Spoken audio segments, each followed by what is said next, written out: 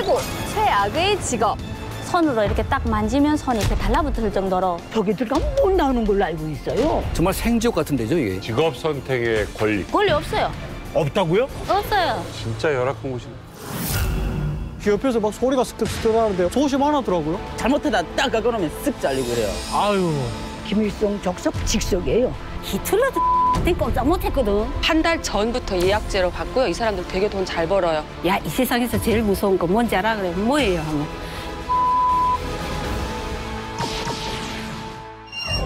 남과 북의 시청자가 하나 될 때까지 함께합니다. 이제 만나러 갑니다. 정말 기분이 너무 좋아요. 네. 원빈 씨가 드디어 우리 이만갑에 오셨어요. 예. 네. 그죠? 아, 원빈 씨! 정말 반가워요. 사랑? 웃기지 마. 이젠 돈으로 사겠어. 네가 그냥 커피였다면 이 사람 내 야.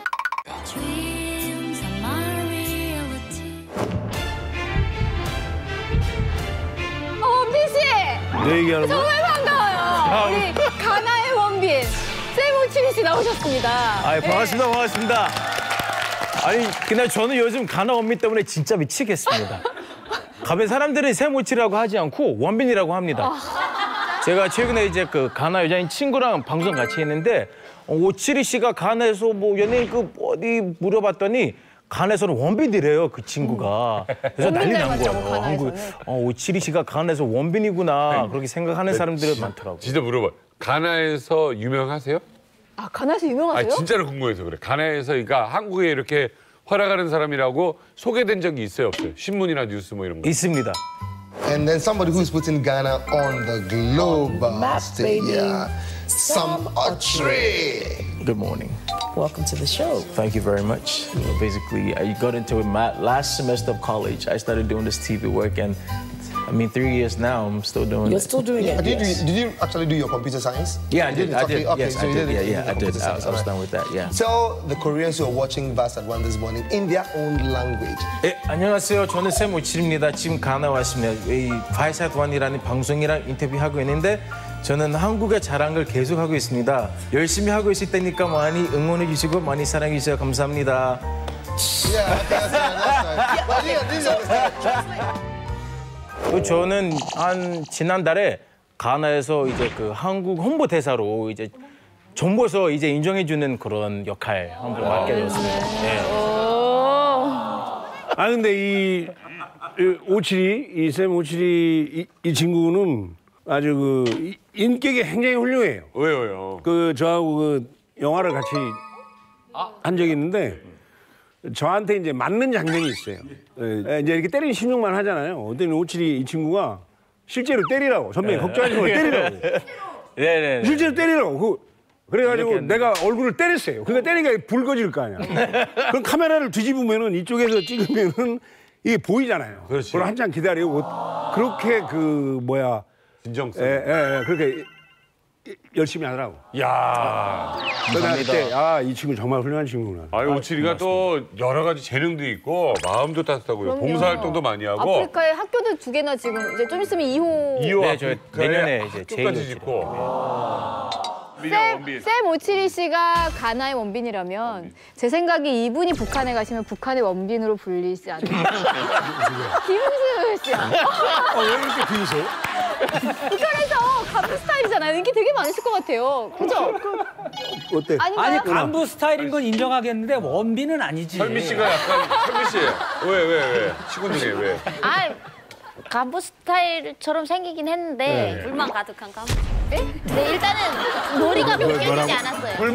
머리가 벗겨져가 저 정도 배 가지고는 안 돼요. 배가 어느 정도 나와야지. 그리고 머리도. 아, 그러니까 새끼 간부란 말이야. 그래서 위에서 그러니까 별로. 이건 맨날 내라는 거밖에 없어. 이건 그런 간부랑 별로. 최고위층은 아니라는 거예요, 현미 씨? 네, 직장장 정도 되는. 직장장. 네. 선배님 당하신 거예요. 웅수 형님. 그래. 아니 사실은 우리 웅수 형님께서 보통 하면 영의정급이시거든요. 보통 영의정급이시죠. 난 자의정 밑으로 사귀어서 해본 적이 없어요. 진짜. 아니 내가 이제 그 통일되면은 북한에 가서 좀 간부로 좀 살아봐야 되겠다 그래서 내가 실제로 북한하고 가까운 지역에 살고 있어요. 아 진짜? 진짜요. 어디요? 파주니까. 예. 우리 집에서 한 20km면 개성이에요. 그렇죠. 예, 예. 근데 이제 거기에 이제 아침에 이제 그 뒷산이 아주 좋아요. 그래서 내가 이제 늘 우리 강아지 데리고 산보를 하는데 네. 우리 강아지가 막 이렇게 쫄락쫄락 앞으로 가더라고. 그리고 갑자기 서가지고 한참을 무슨 냄새를 맡고 있는 거예요. 뭐지? 그래 보니까 뭔 종이가 요만한 게 하나 있어요. 네. 왜 제가 종이를 냄새를 맡고 있나 그래서 가서 이렇게 봤더니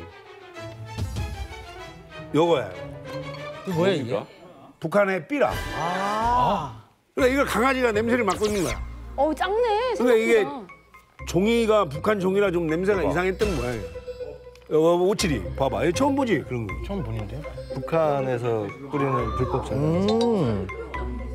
이 개가 보통 개가 아니라 이거 군견습급인데. 군견? 그래가지고 이 녀석이 아주 그 민족관이 투철한 강아지야. 역시 영의정의 개야. 오칠이 씨. 오칠이 씨는 이런 거 처음 봐죠? 처음 봐요 이런. 북한에서 날라온 거예요. 대박이에요. 선생님 집으로 날라온 거예요?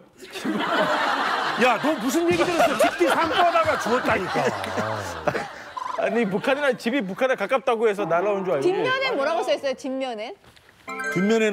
뒷면의 내용은 나는 조선민주주의인민공화국을 대표하는 사람으로서 우리 국가와 인민의 존엄과 명예 그리고 나 자신의 모든 것을 걸고 우리 공화국의 절멸을 취해진 미국 통수권자의 망발에 대한 대기를 반드시 받아낼 것이다. 트럼프가 그 무엇을 생각했든 간에 그 이상의 결과를 보게 될 것이다. 미국의 늑다리 미치광이를 반드시 불로 다스릴 것이다. 주체 106년 9월 21일 김정은. 자, 지금 뭐 대남전단지까지 봤는데요. 혹시라도 발견하면 파출소에 갖다 주는 게 원래 맞죠? 그렇죠, 그렇죠. 좋습니다. 자, 궁금한 게 생겼어요. 이건 누가 만들어서 뿌리나요? 예, 그러니까 이제 대한민국의 합참의 심리전단이거든요. 그러니까 북한은 이제 적공국이라고 있는데 이 적공이라는 게 적을 공략한다는 뜻인 것 같아요. 그래서 이 사람들이 총참모부 지시를 받고 각 군단 사단별로 내려가서 이제 뭐 휴전선 일대에 이제 대남 방송이 있어요. 방송 기구를 이제 운영하기도 하고 또 이제 휴전선 일대에서 남한 군대하고 마주칠 때 대화를 하면서 이렇게 유인하기도 하고 방송하기도 하고 뭐 이런 심리전으로 활동하는 이제 그런 부대죠. 네. 그러니까 그런 부대가 이제 활동을 하는데 아마 이제 김대중 정부 이후부터는 서로 안 하기로 했으니까 안 했거든요. 그렇죠. 그런데 이제 민간들이 계속 북한에 이제 피라를 보내다 보니까 이제 북한의 심리전 부대도 이제 그걸 한 것 같아요. 네. 그러니까 원래 봄만 되면 이제 바람이 북으로 불기 때문에 그렇네요. 남쪽에서 피라를 뿌리거든요. 예. 근데 겨울이 되면 또 남쪽으로 바람이 내려옵니다. 그러네요. 그러니까 북한이 또 이제 보내는 거죠. 그러니까 최근에 발생하는 게 이 남풍이 부니까 북한 이제 심리전 부대에서 그걸 뿌려가지고 남쪽에 이제 한 겁니다. 근데 제가 86년대 수용소에서요 한국 군대가 보낸 삐라를 본 적이 있거든요. 근데 남한 삐라를 얼마나 좋은지 이게 찢어지지도 않고 불에 붙지도 않고 물에 젖지도 않아요. 방수도 되죠. 그러니까 무조건 봐야 돼 이거를. 예. 자, 어쨌든 간에 뭐 별게 다 있습니다만 저런 거 발견하시면 꼭 신고하시기 바라겠습니다. 네. 매주 새롭고 놀라운 북한 이야기가 가득한 이만갑. 오늘의 주제 공개하겠습니다.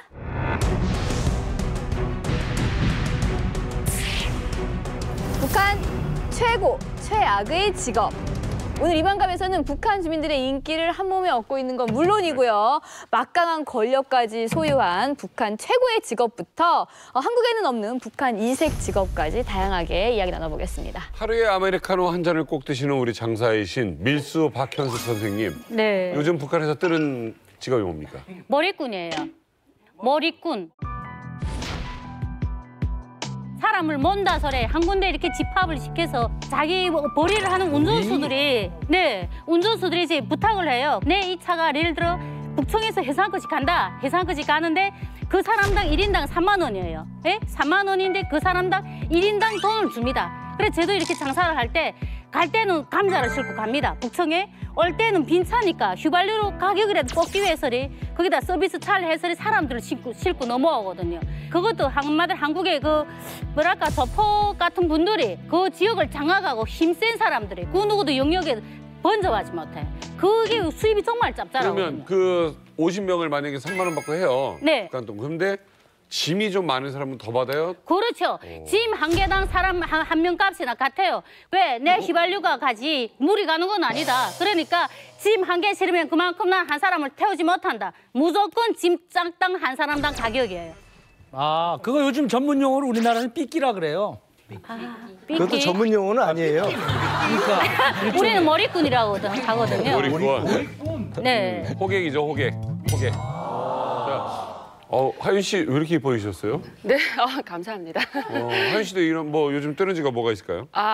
요즘 북한이 장마당 활성화, 시장 활성화 때문에 이 택배를 집까지 배달해주거나 목적지까지 배달해주는 택배 기사가 한창 뜨는 직업입니다. 그래서 이 배달해주는 방법이 두 가지가 있는데 첫째는 그 자전거 혹은 개인 이 손수레 있잖아. 이걸로 또 배달을 해줍니다. 그래서 시장에서 쌀을 사거나 이런 거 좀 자그마한 물건들은 집이 어느 동 어디입니다라고 하면 이런 걸로 배달을 해줍니다. 그리고 좀 물동량이 크거나 좀 먼 곳으로 이동하는 것은 두 번째로 개인 자동차로 이것을 또 집이나 어떤 목적지까지 이동해주는 이 택배 기사인데요. 예. 이 개인 자동차가 개인이 것은 아닙니다. 그래서 개인이 돈을 내서 자동차를 살 수는 있는데 등록을 어디 기업소에다 해야 됩니다. 그래서 등록을 시켜서 그리고 운영하는 것만 개인이 운영을 하고 그에 대해 수수료를 일정 기간 그 기업소에다가 주는 방식으로 운영을 합니다. 저 리어카 지금 사진 보니까 바퀴가 달라요. 네, 맞아요. 네, 바퀴가 지금 그러니까 짐을 많이 실어야 되고 펑크가 나면 안 되니까. 그러네. 자동차 바퀴는 저게 저 바퀴가 한 개당 200원이에요. 중국 위안화 200원입니다. 한 4만 원 돈? 네. 요즘에 저 택배가 엄청 뜨다 보니까 탈북이 줄었어요. 왜냐하면 이게 무슨 얘기냐. 그 옛날에는 두만강씩 전 지역을 다 탈북을 했는데 요즘 그 함경북도 쪽에 그 경비가 강화되다 보니까 지금 유일하게 탈북을 할 수 있는 건 양강도 쪽, 해산 쪽밖에 없어요. 그래서 옛날에는 탈북을 하려게 되면 양강도 해산으로 오려게 되면 장사짐을 들고 장사하는 척 양강도 쪽으로 가는 척 해가지고 거기서 탈북을 했단 말이에요. 근데 이제는 택배로 장사꾼들이 다 택배로 붙여서 하다 보니까 내가 장사짐을 들고 간다는 것 자체가 탈북을 의심할 수밖에 없는 거예요. 그래서 어디를 못 하는 거예요. 자, 아무튼 뭐 특이한 직업들 많이 있을 것 같습니다. 우리 이만갑에서 한번 살펴보도록 하겠습니다. 예, 아니 이렇게 택시 몰이꾼이 있다니까 좀 신기한데 이렇게 뜨는 직업들 말고 최악의 직업도 있을 것 같아요. 오칠이 씨, 북한에서 최악의 직업은 뭘까요? 최악의 직업이요? 글쎄요. 그래, 나도 잘 모르겠네. 잘 모르겠어, 나도. 저는 의사니까 싶어요. 그러니까 의사가 우리 출연자 중에 아버지가 의사가 있었는데 너무 병원 뭐 운영할 수도 없고 약도 없어서 그냥 말로만 의사 할 수 있는 게 없다고 그래가지고 트럭 운전하고 싶다고 연락이 이렇게 왔대요. 그러니까 의사가 아닐까 싶기도 해요. 아니 우리 위력 씨도 고생 많이 했잖아요. 제가 원래 돌격대에서 나와서 돌격대 얘기를 할 때는 진짜 최악은 돌격대다 맨날 얘기했는데 제가 벌목공 앞에서는 할 말이 없어요. 왜? 더 힘들어요. 그 정도예요? 네, 그게 이유가 북한에서 겨울이 되면 그냥 이게 시내에서 살지 않는 사람들이 대부분은 또 나무를 해서 다 먹고 살아요. 그러다 보니까 거의 북한 주민의 거의 40% 50%는 아마 겨울이면 다 벌목공이 돼요. 저게 일단은 장비가 우르지바로 이렇게 나무를 뱄었잖아요. 저거는 전문 그 림산 사업소에서 하는 거고 개인들은 쌍톱하고 외톱을 들고 가서 나무를 손으로 다 하고 그리고 저 나무도 직접 이런 벼랑 같은 산을 이렇게 톱을 다 잘라가지고 그걸 메고 올라가고 하는데 진짜 최악입니다. 아니 북한은 전기톱도 기운이 없어요. 두 분이나 자르겠구나. 아니 그 산꼭대기 전기가 있어야 전기톱 있죠. 굉장히 이게 산에서 나무를 한다는 것 자체가 정말로 해본 사람으로서 아는데 이거 보통 일이 아니에요. 그러니까 저도 이제 요독 수용소에 있을 때 약간 10년 동안 나무를 했죠. 근데 이제 북한은 산악이 워낙 험해가지고 그러니까 이제 시베리아 같은 데는 나무를 찍어도 평지이기 때문에 바로 찍어가지고 바로 끌어낼 수가 있어요. 근데 북한은 나무를 찍어가지고 산 아래까지 그걸 끌고 나가야 됩니다, 이렇게. 그러니까 보통 이제 뭐 직종이 30cm 이상 되는 이 통나무를 들지도 못해, 이거 사실 들지도 못하는데 이런 것들을 하루에 10대씩 막 찍어다가 끌어내리려고 하게 되면 이거는 정말 심각하게 힘들죠. 그래서 엄청나게 사고도 많고 그 요독 수용소 외에 이제 요독 군에도 그 림산 사업소라는 게 하나 있어요. 근데 아주 제일 깊은 골짜기 잘 구석에 있는데 그 림산 사업소에 한 종업원이 2만 명인가 있었는데 거기는 전부 다 함흥에서 청진에서 다 도둑질하다가 온 사람들 뭐 깡패던 사람 다 모아가지고 완전 깡패파네요, 여기가. 그러니까 막 그냥 험한 노동에 그냥 서로 싸움질하고 칼질하고 막 이런 데니까 정말 생지옥 같은 데죠, 이게. 일도 험하고. 그게 나무를 밑에 베는 사람이 아무리 내가 원하는 대로 뭐 위에서 찍고 이렇게 찍는다 해도 그게 변수가 계속 생겨요. 왜냐하면 바람에 따라서 내가 이렇게 넘기려고 했었는데 그렇지. 반대로 넘을 때도 있어요. 근데 이게 나무가 넘을 때 그냥 이렇게 천천히 이렇게 우리를 볼 때는 대체로 이렇게 넘잖아요. 그런데 뿔이 제일 밑쪽은 이렇게 순간에 탁 원래 칠 때가 있어요. 그러더라고요, 그는. 위에서 볼 때는 이렇게 천천히 넘어가지만 밑쪽은 이렇게 탁 원래는 칠 텐데 이게 거의 속도가 대단히 빨라요. 그럼 옆에서 이렇게 이러다가 그냥 딱 하고서 여기 맞게 되면 바로 즉사를 해버리는 거예요. 그리고 또 제일 굉장히 위험하네. 이게 북한의 어려운 직업이라는 건 다 상대적인 거예요. 최고의 직업은 수령이라는 직업이에요. 그건 다 부리니까. 최악의 직업은 근로자 직업이에요. 여기에 이제 이 벌목공도 다 근로자에 속하고 탐부. 어디 가봐요. 탄광은 자기네가 벌목공보다 더 힘들다고 그래요. 농장원은 또 더 힘들다고 그래요. 다 악선해도 다 힘들어요. 원래 사회주의는 그들이 거예요. 근로자, 노동자가 행복하자고 만든 거였는데. 그 노동자 행복한 세상을 저렇게 만들어놓은 거예요. 저놈의 족속이. 그러니까 그래도 북한 주민들이 그렇게 못 먹고 못 살고 그러면서도 군수공장 가라면 일단은 섭섭해해요. 군수공장이요? 가슴이 철렁 내려. 왜요? 저기들 가면 못 나오는 걸로 알고 있어요. 직업군상. 그러니까 70년대, 80년대 중반까지만 해도 군수공장 가라면 죽으려고 하는 걸로 알고 있었어요. 야, 골로 가누나, 이젠 다시 못 나오느나 이렇게 돼 있는데 그 이후에 경제가 급격히 무너지면서 군수공장만은 돌아가다 나니까 나름 배급은 조금씩 다 타먹었어요. 그다음부터 군수공장 간다는 데 대한 깊이가 점점 없어지긴 했지만은 그래도 북한 주민들이 많은 그게 군수공장 가는 걸 제일 싫어해요. 근데 그게 보안 때문에 들어가면 못 나오는 거예요? 아니면은? 그 첫째 보안이고 둘째는 기능상 문제예요. 자꾸 체인지 시키면 설비가 낙후하고 다 낙후한데 그 기능공들만 할 수 있는 일들이 있어요. 그 요거를 자재 2개 분량 가지고 온전한 걸 뽑아낼 수 있는데 얘가 또 나가고 나면 얘 다른 사람을 데려다 시키면 10개 분량의 자재를 갖다 놔도 그 사람은 하나밖에 못 뽑아내는 그런 문제가 좀 있어요. 예. 그러니까 대대손손 복무시키라는 그 방침 때문에. 숙련공이 필요했던 거예요. 예. 다 숙련공이에요. 군수공장은. 그러니까 북한에서는 이제 뭐 최고의 직업이라고 하게 되면 이제 뭐 김일성이나 김정일이나 김정은이가 좋아하는 이런 직업들. 그러니까 예를 들면 김정일 때는 이제 김정일이 뭐 선전비서로 시작해가지고 영화 예술을 되게 좋아했어요. 그러니까 영화 배우, 뭐 음악가들, 뭐 이 배우들이 되게 좋았죠. 이제 김정은 시대로 오면서 과학자들을 또 좋아하기 시작했어요. 그러니까 이제 과학자가 우대받긴 하는데 이 과학자 가운데서 정말 안 좋은 게 또 있어요. 핵과학자들. 그러니까 핵이 본격화되기 전에는 핵이 좋았는데 이게 영변 핵기지를 만들어내면서 여기에 들어간 사람들은 나올 수가 없는 겁니다. 아예 그냥. 그리고 이게 방사능 시설이 잘 이렇게 정교하지 않아가지고 방사능이 오염되거든요. 그러니까 이제 막 머리 빠지고 이빨 빠지고 막 다 기형아 나오고 그러니까 누구도 안 들어가려고 그래요, 그게. 그러니까 이 영변 핵기지에 근무하는 핵과학자, 그다음에 그 관련 사람들은 정말 지옥 속의 지옥인 것이죠. 그러니까 서로 빠져나오고 싶어 하지만 빠져나올 수가 없는. 아니, 제가 궁금한 게 보통 사람들이 이제 일하는 데서 월급 잘 안 주고 자유롭지 못하면은 그냥 나가거든요. 그때는 그냥 나가면 되는데 직업을 바꾸면 안 되는 건가요? 이유 없이 그냥 그만두잖아요. 북한 법에서 힘들어도 힘든 건 이유가 안 되는 거예요. 사회주의 건설을 왜 힘들어해요? 그럼 사회주의 사회에서 살면 안 되지. 직업 선택의 권리. 권리 없어요. 없다고요? 없어요. 우리는 아무도 없어요. 이거 한국도 대한민국 헌법에도 직업 선택의 자유를 가진다 돼 있고 북한도 희망과 소질, 능력에 따라서 직업을 선택할 수 있다. 헌법상은 또 그렇게 돼 있는데 북한의 저 직업 선택의 그거는 다 당에서 해요. 북한에서 직업 선택의 최대의 뭐라고 구호가 뭔지 알아요? 당이 부르는 곳으로 이거예요. 이게 직업을 다 결정하는 거예요. 다 그전에 당이 부르는 곳으로 하면 당이 부른다면 가야 되는 거예요.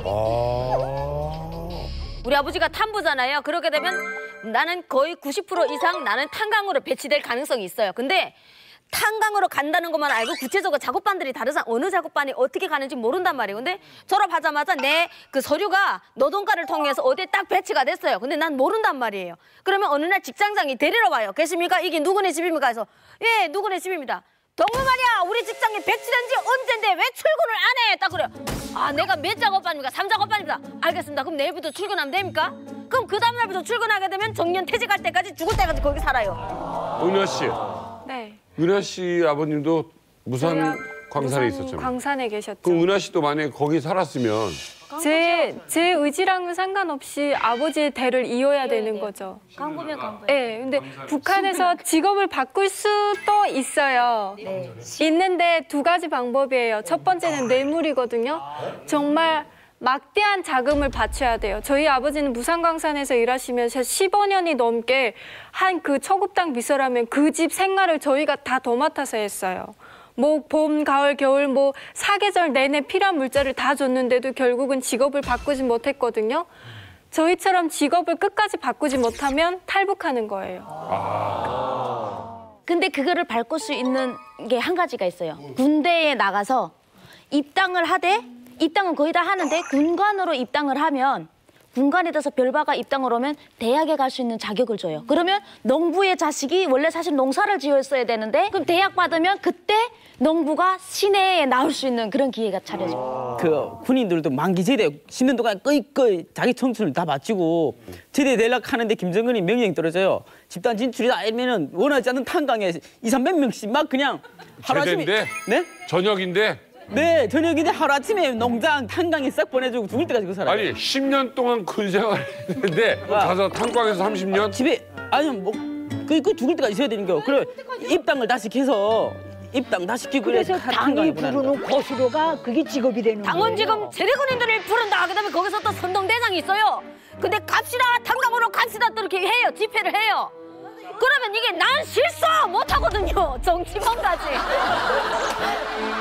여기서 북한의 뭐 별별 직업들 얘기를 많이 들었는데 오늘 첫 번째 주제가 북한의 직업인 만큼 다양한 직업을 가진 분들이 나옵니다. 오늘 이만갑 채널 고정하시면 야 북한 참 별 직업 다 있다 하실 수 있을 겁니다. 오늘 첫 번째 출연자를 소개할 텐데요.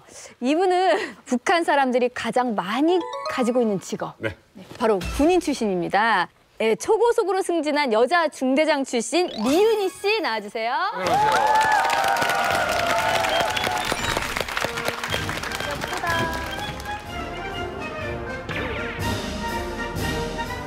네, 뒷 속도 250 숨을 겟 썩.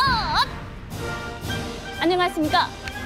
저는 2006년부터 2013년까지 군복무를 한 중대장 리윤희입니다.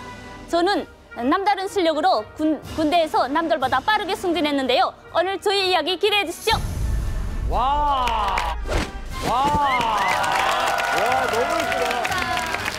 와 정말 대단한데. 간부 부부 있죠. 예. 오 너무 멋집니다. 정민우 중대장 긴장했어요. 근데 두 분이 일단 같은 중대장 또 출신인데 이제 뭐 나눠보기 전에 군대식으로 인사 한번 하시죠. 누가 고참이에요, 근데? 야, 그렇죠. 누가 먼저 해야 되는 건가요? 한번 둘이 한번 알아서 해보세요. 둘이 한번. 둘이 알아서. 동무 이래서 아니 제가 지금 헷갈리고 있는 게 예뻐서 못 시키는 건가 아니면 뭐 때문에? 저희 북한에서는 군사칭호 이렇게 직무가 등급일 때는 군사칭호로 넣고서 상관을 정해요. 예. 이럴 경우에는 제가 상관이라고 생각합니다. 제가 상관이라고 생각합니다.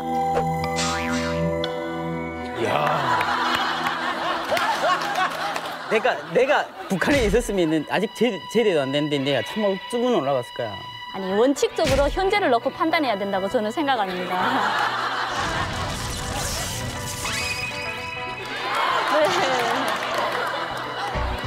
그래서 누가 먼저 인사를 해야 되나요? 제가 인사를 먼저 받아야 된다고 예. 생각합니다. 인사 시키시죠. 왜? 남자 군대들은 몇 명이 나가? 같은 상견인데 여자한테 인사한 적이 없어요. 뭔 소리 하고 계세요? 그러니까 남한에서 살아온다 못 남지. 그러니까 왜 색깔은 다르죠? 편견이 있는 게 우리 육군은 양강도 쪽이 군대 말을 못 시켜. 그럼 파란 연장은 군대를 안 봐. 경비대도 군대를 안 봐요. 거기 누가 소자든 중자든 그래요. 노란 거는 그 육군의 정식 군인이고. 아, 그렇죠. 자 그러면 한번 직접 유리 씨가 한번 얘기를 해보시죠. 제가 복무하는 부대는 민방위 고사총 부대라고 이 고사총이라는 건 임무가 뭐 비행기나 뭐 낙하산병 또 지상 해상 육전대를 사격하는 그런 살상 무기입니다. 이런 무기를 민방위부에서 뭐 사적지라든가 네. 이런 데 배치해 놓고 배치한 부대인데 일반 부대에서 복무하는 거하고 다른 차이점이라고 보면 견장 색깔하고 또 행정적 지도를 받는 것만 틀립니다. 근데 왜 민방위를 가게 된 거예요? 제가 어렸을 때 저희 친구들이 한 3명 정도 모여서 어디로 가고 있었어요. 그래서 제가 어디로 가냐고 물어보니까 민방위부에 간다고 얘기했어가지고 그래 시당 한번 좀 구경해 보려고 나도 같이 가자 하고 따라갔었는데 가보니까 또 대렬 지도원이 너 어떻게 왔냐고 저 일단은 민방위부 구경하러 왔습니다 할 수가 없어가지고 거사청에 입대하겠습니다. 근데 이름 명단이 없어서 꼬치꼬치 물어보더라고요. 네. 그래서 제가 대답하고 하보니까 또 그분이 또 어떻게 제가 일이 잘 되다 보니까 네. 저희 아빠 친구였습니다. 네, 그래서 제가 거사청에 들어가게 되었고 아빠 엄마 보고 거사청에 가겠다 하니까 고생청이라면서 또 반대를 했었는데 예. 네, 군복을 입건 그 군인이 중대장이 왔었는데 군복을 너무 매짝에 입고 이런 내주는 군복을 안 입고 제작복을 딱 해 입고 왔어가지고 그 군인 이쁘게 생기고 맺자서 네, 저는 무조건 거사청에 가겠다고 하다 보니까 생각지도 않은 거사청에 입대하게 됐습니다. 네. 자, 리윤 씨. 리윤이 네. 씨도 나는 지금까지 군인들이 뭘 민가에서 좀 훔쳐먹거나 빌려먹지 않은 사람이 없다고 지금 봤는데 그 군대에서 북한 군대는 도둑질이 굉장히 좀 보편화돼 있잖아요. 집 통고쳤다면 집 통고칠 정도로 막 했으니까 소도 채고 막 그 염소 채고 막 다 쳤는데 북한인은 암소, 수소, 뿌닥이 있다는 거 뿔. 이 뿔이 번호를 새겨놔요. 뿔이 항상 뿔이 주인들을 거보 찾아오거든. 그러면은 그 뿔이다가 식강초를 해서 딱 그 섬에다 해서 딱 12시간만 잠궈놓으면 뿔이 흐물흐물해지거든요. 그러면 뿔이 모양을 부풀려야 되거든. 그렇게 해서 소도 팔아먹고 한다는 야, 뿔 모양을 바꿀 수 있어요? 염소를 가만히 연구해보면 염소를 주나면은 산속에서 풀 먹든가 뭐 소리 나면은 꼭 사람이 찾아와. 사람을 봐. 의지하려는 이런 게 있다고, 염소만. 맞아. 그래서 소금 주면 이렇게 와서 먹어요, 소금 주면은. 그러면 가만 잡아가고 끌면은 나머지 싹 다 따라오는데. 근데 염소는 8시간 동안만 걸어요. 그 이상은 다 넘어져. 그러니까 8시간 안으로 빨리 빠져야지 그 영화를. 리윤 씨도 좀 이렇게 민가에서 좀 훔쳐먹고 그랬어요?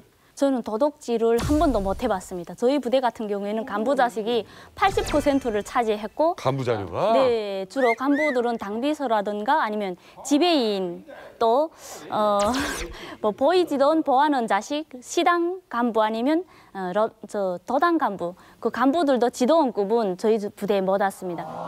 농장에 계시는 부모님들은 계절마다 양배추라든가 호박 오이를 부대에 보내줘서 채소 같은 건 떨구지 않고 먹었고요. 그리고 또 이게 쌀 같은 것도 저희 부대 옥수수랑 가지고 가서 벼랑 1대1로 바꿔줘서 쌀을 먹게끔 해줬습니다. 그러니까 부모들이 해준 거지 뭐 국가에서 내줘서 한 게 아니라 부모님들이 그렇게 도와주고. 그러면은 윤희 씨네 집안 사정이 넉넉하신 편이네요, 그럼?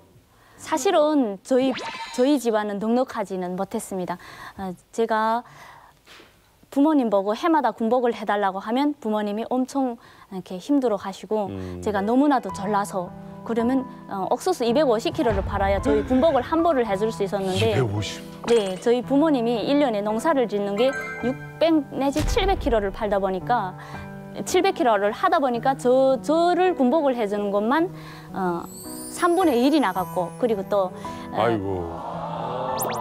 부대에서는 승진을 하면 승진톡을 내야 되고 입당을 하면 입당톡을 내야 됐어요. 그렇지. 네, 그러다 보니까 그런 톡들을 낼 때마다 엄마한테 무조건 내야 된다고 하다 보니까 네, 엄마가 이제처럼 그걸 저한테 밀어주느라고 돈을 꼬가지고 돈 꺼서 하고. 네, 거기다 꼬소리도 저를 밀어줬었어요. 집에 살림 팔아서까지 밀어줬어요? 네, 제가 군관학교 갈 때는 집에 있는 TV랑 냉장고를 팔아가지고 군관학교 보내주셨고 성공하라고 그런 거죠? 네, 부모님은 오직 하나 간부 자식들 중에서 제가 노동자 자식이지만 네, 중대에서 추천도 받고 이렇게 하는 딸이 장하다고 네, 부모님이 적극 밀어주겠다고 그렇게 대주셨습니다. 근데 아까 저 인사하실 때 초고속 승진해서 중대장이 됐다고 그랬는데 그러면 얼마나 군에 열심히 일을 했으면 어떻게 몸 바쳐서 했으면 초고속 승진까지 한 거예요? 사실은 제가 24살에 중대장이 됐는데 승진하게 된 계기는 사격장에 가서 사격을 우를 맞았습니다. 네. 사격장에서 승진했다요? 네, 사격장에 가서 제가 전사 때인데 전사를 딱 입대하면 제일 마지막 권수 5번수로 배치합니다. 그리고 5번수 훈련을 막 하고 했는데 어느 날인가 서대장이 부분대장이 1번수를 하는데 사격을 당장 해야 되겠는데 부분대장이 조준을 잘 못한 거예요. 그래서 짜증나서 야, 너 가서 5번수 얼레번에 얼레번에 해가지고 제가 올라가서 조준을 딱 시켰는데 사실은 제가 청소리를 한 번도 못 들어봐서 네. 청소리를 한 번도 못 들어보다 보니까 옆에서 청소리에 놀라서 제가 가판을 밟았거든요. 사실은 네, 그거는 제가 중대장한테도 얘기를 못한 소리인데 사격을 딱 하고 비행기를 딱 떨구니까 6명에서 사격을 했는데 1인당 6발씩 졌습니다. 6발 중에 한 발만 맞아도 완전 강한 우루 생각하고 있는데 6명의 산 중에서 딱 떨구니까 제 청탄만 4발이 들어간 겁니다. 4발이 들어간 겁니다. 우연으로. 몇 미터 정도 거리예요? 한 800m, 1000m 정도. 야, 이분 대단. 그러니까 총이 아니라 고사포를 쏴봤다는 거예요, 지금? 네, 고사포 사격을 했습니다. 근데 웃긴 건 놀라서 깜짝 옆에 총소리 듣고 놀라서 부두둑 쐈는데 그게 제일 네 발이나. 궁금한 게 있어요. 군대에 있으면서 몇 번이나 쏴봤어요, 고사포? 사격은 3번 했습니다. 그러면 지난번에 4발 맞췄던 사람이 그 다음이 더 문제예요. 그런데 그 후부터는 제가 이렇게 분대장이 되고 그다음에 또 6개월 만에 군관학교 추천을 받아서 군관학교를 가다 보니까 군관들은 고사총 사격을 안 하거든요. 맙소사. 네, 그래서 그냥 전설의 고사포야, 그냥. 그냥 한 방에 4발 맞힌 고사포.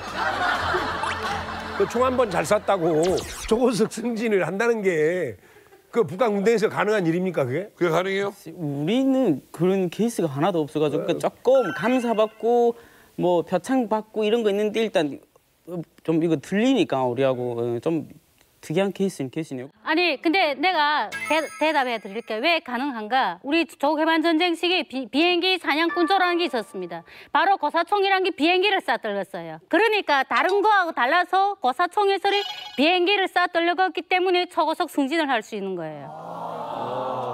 혹시 훈련 받으면서 힘든 건 없었어요? 일단은 모든 게 다 힘들었습니다. 뭐 훈련이 특히 겨울 같은 데는 저희 해령시가 또 엄청 춥거든요.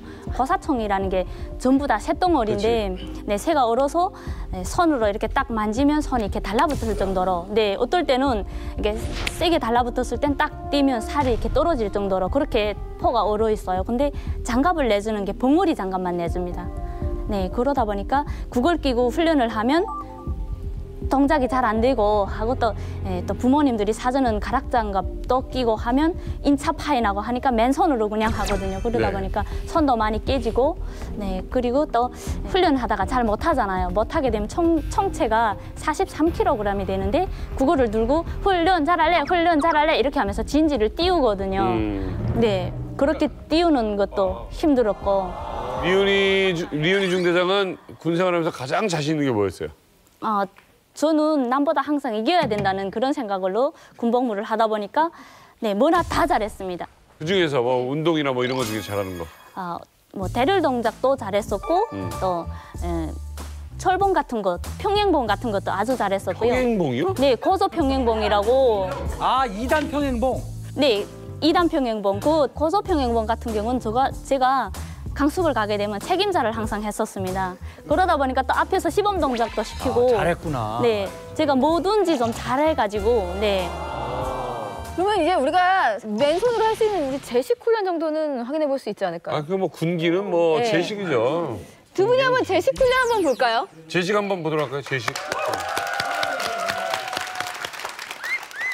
자, 먼저 리윤희 중대장. 앞으로 갓 차렷 우로 갓 슛. 이거야. 야, 소름 돋았어. 이거 탁 치고 나가는데 와 다르다. 지적 좀 할까요? 너무 전환 동작이 좀 이상해 보여. 군대는 원래 전환 동작이 딱 명백해야 돼 이렇게. 그래 이렇게. 자, 중대장 한번 보겠습니다. 앞으로 갓 차렷 우로 갓. 오이. 오이. 저 잘한다. 혹시 둘이 같이 가능할까요? 둘이 한번 같이. 네. 차렷. 앞으로. 갓. 차렷. 우로. 갓. 갓.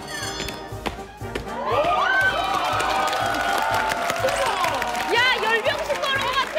앵콜.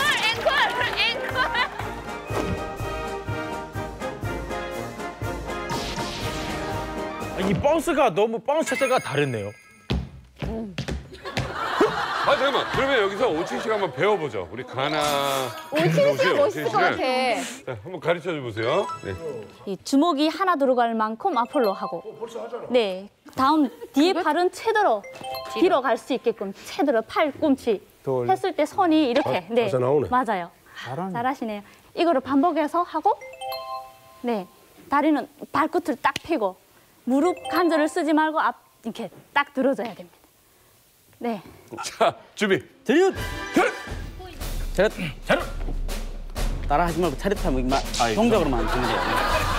차렷. 무섭네. 네. 어깨 펴고. 오버 앞으로. 갓.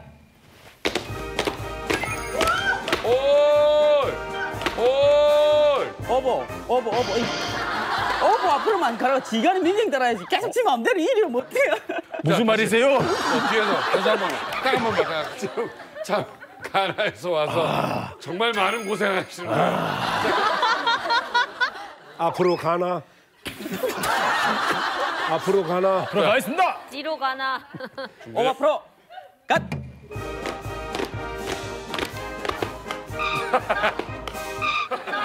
아니 또 쓰라고 해야죠. 오버 앞으로 가도 오버 다섯 번. 어버. 네. 아니 어버는 쓰라는 얘기죠. 그러니까. 다섯 번 앞에 쓰라는 거. 하나, 둘, 셋. 아니 또 자꾸 어버라니까 헷갈리네. 오버. 어버. 오케이. 오버. got it. 뭘로 알았어요? got it. 어버라고 하니까 어버 주세요. 어버 주세요. 어버. no. 어버. 차렷. 실버 앞으로. 갓. 실버 앞으로. 갓.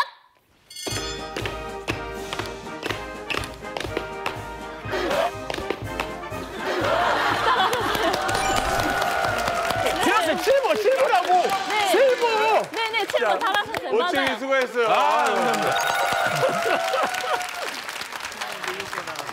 리중대장 리윤희 씨 나와주셔서 이런저런 질문해 주셨는데 너무너무 고맙습니다. 열렬히 환영합니다. 네, 북한 최고 최악의 직업. 네, 이번에는요, 북한에서 돈과 권력을 다 가질 수 있는 최고의 직업에 대해서 알아볼 텐데요. 과연 뭘지 아라 씨가 힌트를 준비하셨죠? 네, 첫 번째 힌트는요. 우리 중대장 동물을 보시면 패기가 넘치는 그런 사람으로 보이잖아요. 네, 이 직업 또한 패기가 넘치는 그런 직업입니다. 자, 1단계 힌트고요. 2단계 힌트. 이 사람은요. 저랑 아라가 친한 것처럼 김부자와 엄청 친하고요. 심지어 이 사람은 김부자 가까이에서 이렇게 만지기도 해요. 아, 정답. 농구 선수. 코디네이터? 그 미국 농구 선수? 농구는 농구를 되게 좋아하거든. 패기 있지. 3단계 힌트입니다. 네, 뭐 저는 아코디언을 치잖아요. 아코디언 칠 때 손놀림 보셨죠? 이분은 저와 동등하게 빠른 손놀림으로 활발한 손놀림을 가지고 있는 손 기술자라고 합니다. 안마사네. 김부자. 이발사네. 이발사. 자, 정답 확인해 보겠습니다. 과연 정답은 뭘까요? 북한에 숨어있는 최고의 직업은 김부자 이발사! 와, 맞히셨어요. 아니, 근데 북한에 좀 그래도 인기 많은 직업이 많을 것 같은데 김부자 이발사가 최고의 직업이 정말 맞습니까, 강철환 대표님? 그러니까 이제 아무래도 그 김씨 일가 근처에 간다는 것은 엄청난 행운이죠. 이발사 같은 경우는 좀 특이한 것 같아요. 그러니까 이제 이발도 잘하고 또 이제 김씨 일가의 신뢰도도 있고 여러 가지 조건이 돼야 되는데 거기에 뽑혀가지고 간다는 것은 엄청난 행운이죠. 그리고 이제 면도기라든지 이런 거 쓰다가 뭔가 해할 수도 있기 때문에 그렇죠. 정말 신뢰하지 않으면 이건 안 되거든요.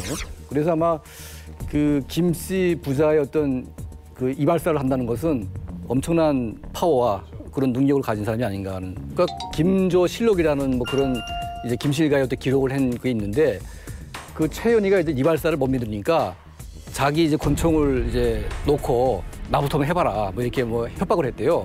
그래서 뭐 김일성이 뭐 약간 흠집었는데도 내가 가만 안 놔두겠다. 뭐 그렇게 하다가 이제 친해져가지고 이제 뭐 했다는 얘기가 있는데 이제 뭐 김일성이나 김정일이나 김정은 스타일이 다르기 때문에 아마 한 이발사가 되지는 않을 겁니다 아마. 근데 이걸 고를 때는 아마 신중하게 했겠죠. 김 부자의 이발사를 하면은 가장 신뢰가 있는 게 입이 무거워야 돼요. 우리 옛날에 연말 있지 않나요? 임금님기는 당나귀기 한 거 이발사가 말을 하지 않았나요? 그러니까 김일성이 목 뒤에 혹이 있는 것도 이발사만이 알고 있어요. 우리 북한 주민들은 몰랐습니다. 촬영 자체를 그렇게 안 했기 때문에.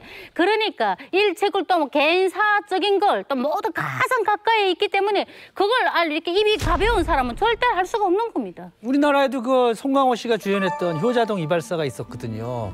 이제 대통령을 직접 이발하면서 그러면서 이제 그 사람이 대통령들이 이렇게 얘기하는 그런 얘기를 듣고도 이제 모른 척 해야 되는 그런 어려움이. 그러면 김부자 이발사는 그 되게 뽑히기가 까다롭겠네요. 저 김부자 이발사는요, 공식적으로 명칭이 없는 거예요. 김일성 족속이 내에서 울타리 안에서 같이 생활하는 사람만이 저 사람이 이발사다 하는 거 알지? 그 외에 그 누구도 누가 리발사인지 모르게 딱 돼 있어요. 이 리발사는 소속이 당중앙위원회 서기실이에요. 서기실은 김일성 족속 직속이에요. 그때 이제 47년도인가 그때 이제 김일성이가 자기 저 만경대 조부모 집에 갔다가 오다가 칠골 동네 쬐끄만 리발소에 들어간 거예요. 리발소에 들어가니까 젊고 순박한 애가 리발하고 있는 거예요, 남자가. 그 김일성이가 보다가 내 머리도 좀 만져달라 하면서 그 대화한 게 있어요. 이게 뭐라고 말하나? 너는 리발사 직업이 좋으냐? 그러니까 나는 제일 좋습니다. 그럼 뭐가 좋으냐? 제일 좋은 거는 아이들 머리를 만질 때입니다. 그 리발사가 그렇게 말해요. 그러니까 김일성이가 당신 얼마나 행복한 사람인가 하고서 자기가 직접 보고 스카우트해서 데리고 간 거예요. 그 다음부터 그렇게 해서 김일성이가 직접 뽑아 들어간 리발사가 아마 80살까지 했을걸요? 그 가문의 리발을. 지금 내가 이 사실을 왜 안 하면 묘하게 내가 종합대학에 들어가서 본과에 가니까 우리 학급에 저 김일성 48년부터 따라다니면 리발을 해준 그 사람의 아들이 있었어요. 우리 학급에. 근데 얘는 군대 다 나가서 무조건 10년 제대하고 와야 되는데 그게 군대 나갔던 게 22살에 제대돼서 종합대학에 따온 거예요. 원래 정상적인 이 시스템은 27, 8살 때 대학에 들어와야 되는 거예요, 제대군인은.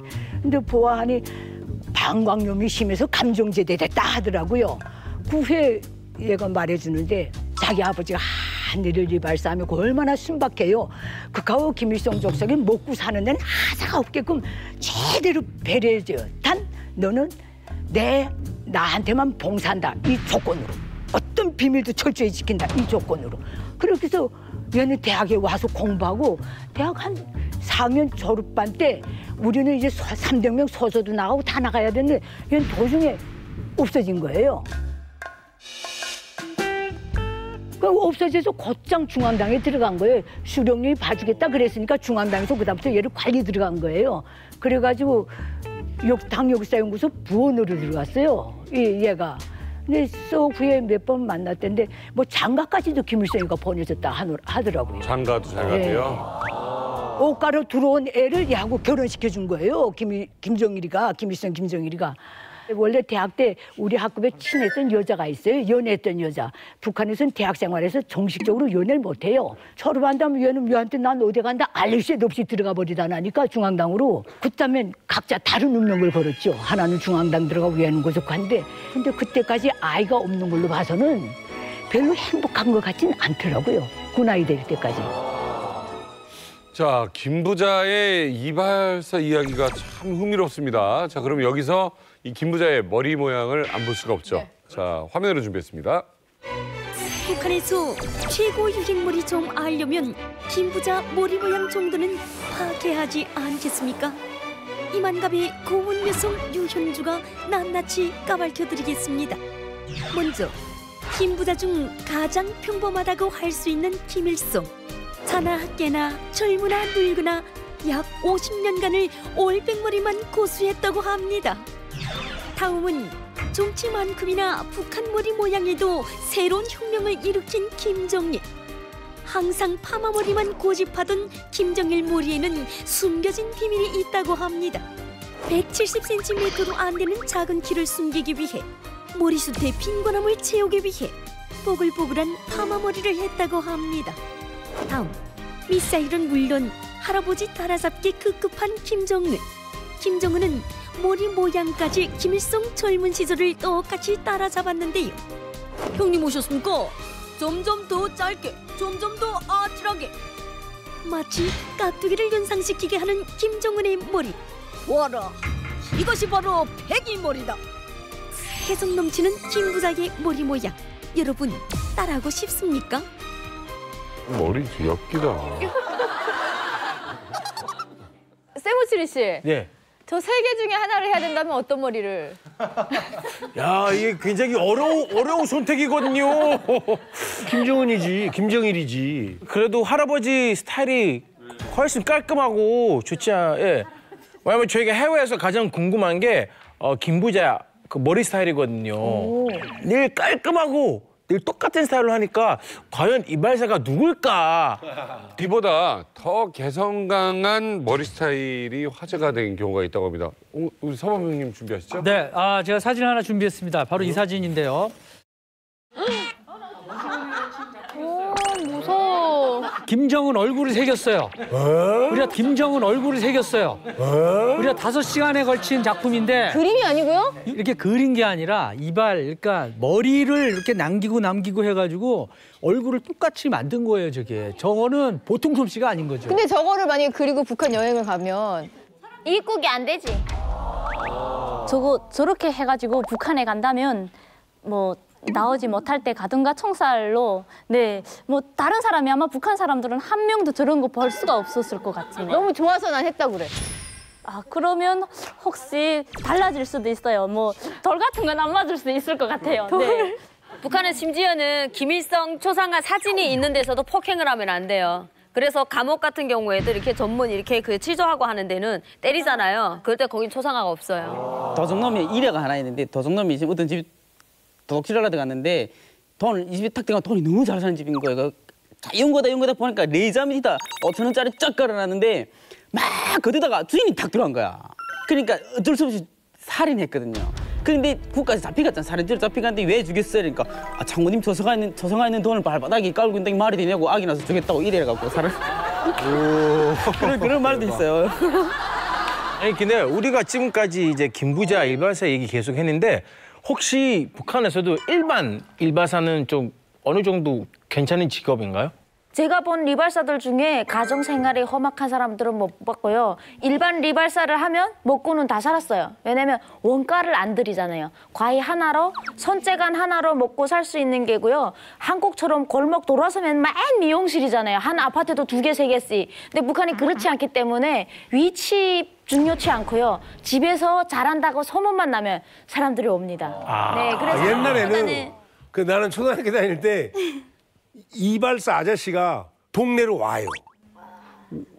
선배님 우리도 그랬어요. 그렇지. 네, 집으로 왔어요. 북한은 그런 거 없어요? 저희 때는 그렇지는 않고 잘하는 집에 찾아가요. 그래갖고 제가 올 때 2014년도에는 이제 미용하는 게 중국 돈으로 잘하는 게 100원이었어요. 한국 돈 2만 원 정도. 평양에서는 100달러까지도 해요.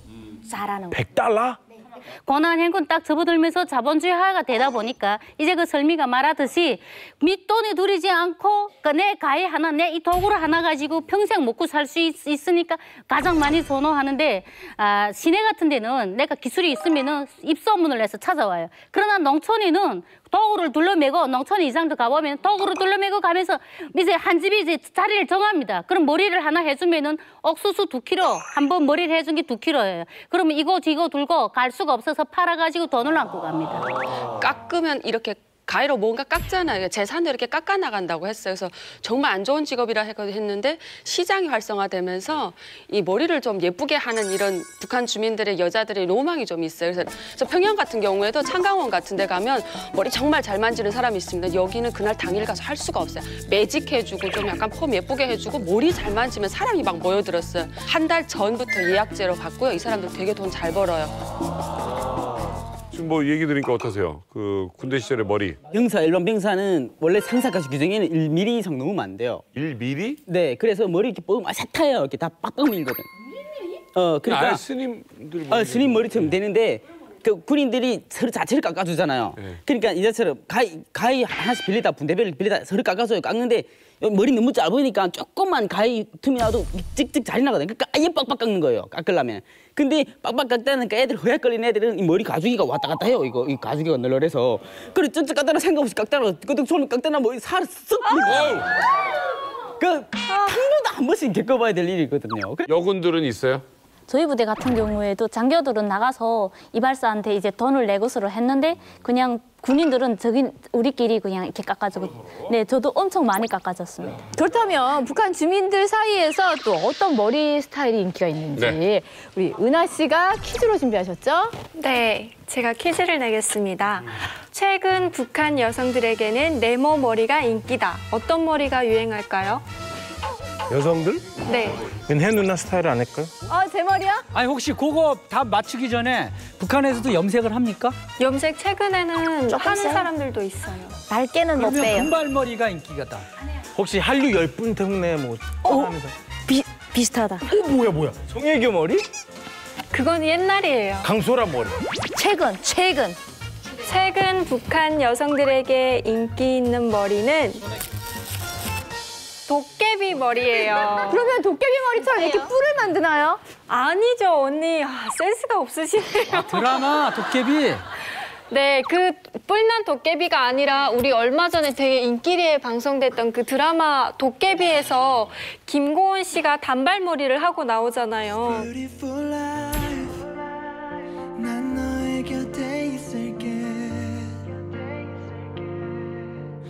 한국에서 인기리에 상영된 드라마가 평양에서 되게 인기리에 또 방영이 되면 그 드라마에서 나오는 여자 주인공, 시대별로 어떤 드라마가 유행하냐에 따라서 그 드라마에 나오는 여자 머리 스타일이 북한 전 지역에 유행한다고 해요. 그래서 지금은 김고은 씨 그 단발머리가 유행한다고 하더라고요. 아니 근데 우리 이만갑에 이 한류 머리 따라하다가 여러 번 단속에 걸린 분이 있다고 합니다. 누굴까요? 네, 자수하세요. 여자분 중에?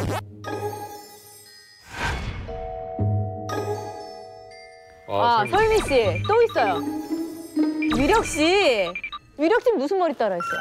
저는 그 한때 그 연변 방송으로 그 꽃바다 남자라는 그 꽃보다 남자.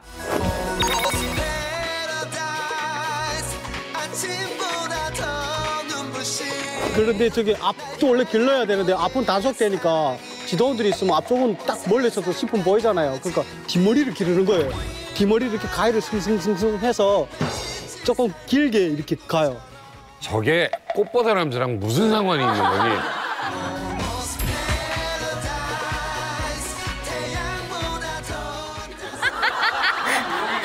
저는 대학 때 그때 이제 가을동화 송혜교 머리 매직이 이제 유행이었었는데 매직을 하려면 머리가 길어야 되잖아요, 일단. 근데 긴 머리로 대학교 못 들어가요. 이렇게 프로치고는 절대 못 다니게 해서 테를 따려면 길어라, 아니면 단발해라 이렇게 하거든요. 그래서 출근할 땐 테를 따요. 등교할 때. 그리고 가방에 매직기가 있어요. 그리고 들어가서 2시간 수업 끝나고 업관체조 하는 시간에 기숙사에 들어가서 머리를 펴요, 다려요.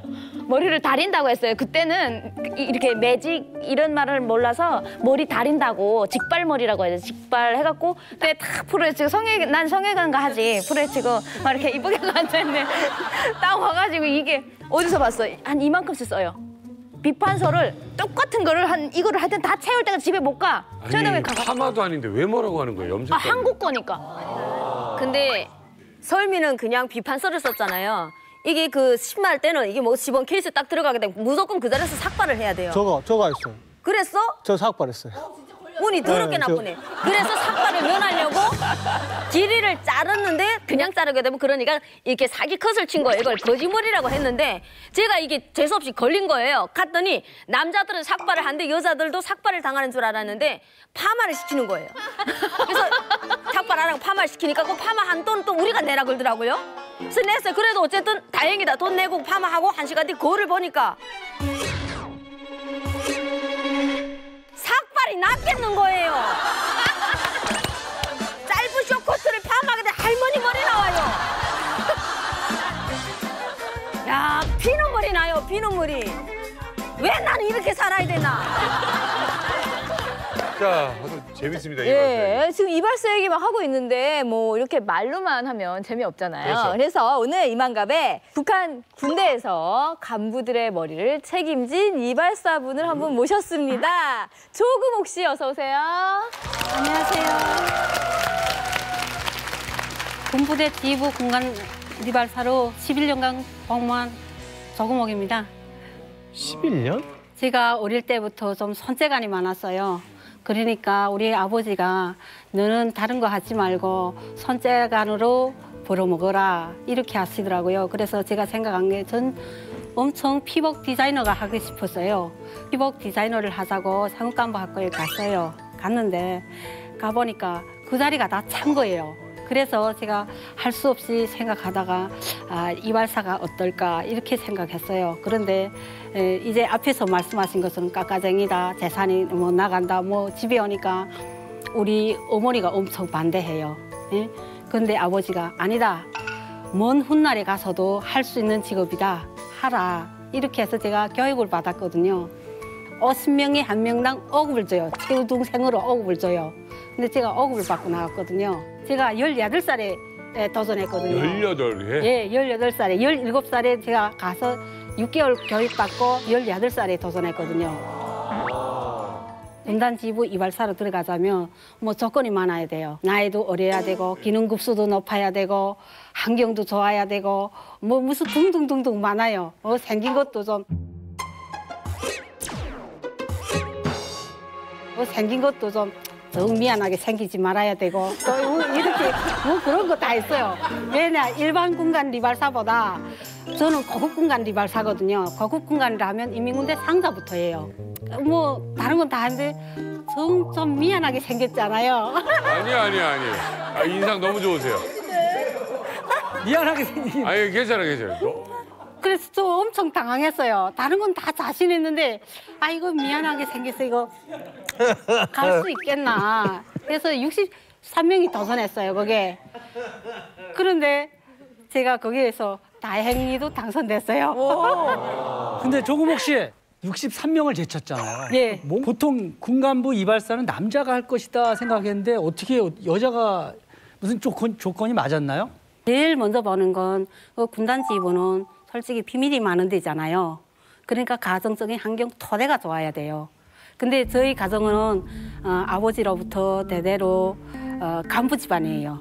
그리고 오빠들 자체도 모두 법관이에요. 저 아이는 이런 분야에서 뭐 가정적으로 환경적으로 이렇게 됐으니까 이분 꼭 무거울 것이며 모든 레이범절을 다 배웠을 것이다. 이게 첫 번째 합격 당선이 되는 원인인 것 같아요, 제가. 두 번째는 제가 급수가 높았거든요. 그러니까 그리고 나이가 어렸어요. 일반 뭐 사병 하급병사들하고 하다가 경험을 쌓고 오는 게 아니라 경험을 그 위에 상자들부터 하는 게 그게 야 귀질났어.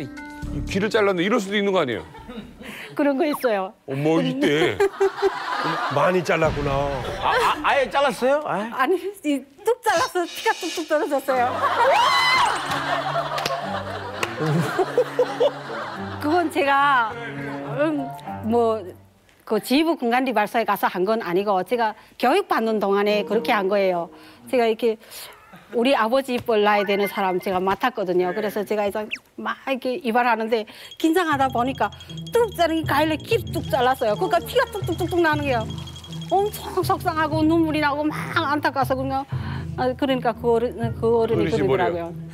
내가 오늘 괜히 재수 없이 실습생인데 앉아서 귀를 다 잘랐다고 막 난린 거예요. 내가 아파. 자, 솔직히 얘기해봐요. 몇 번이나 잘랐어요? 저 한 번밖에 없어요. 그 다음에는 얼마나 명심했는지 머리 짤 때마다 기 하고 잘랐거든요. 근데 제가 궁금한 게 이제 이발사로 계속 일하면은 많은 비밀 듣게 되잖아요.